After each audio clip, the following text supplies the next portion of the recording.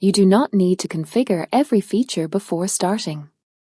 A useful first QualCanvas project needs a clear study name, one research question, and one synthetic or properly approved source to practice with.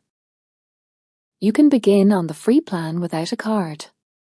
Check the current plan limits before importing a large study, and use an institutional route when governance or team controls are part of the protocol. The Canvas list is your project home.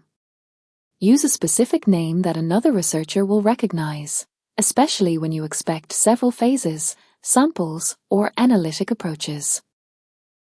Create a blank canvas when the structure should emerge from the material.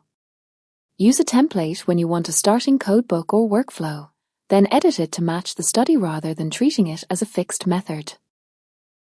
The left navigator tracks codes and sources.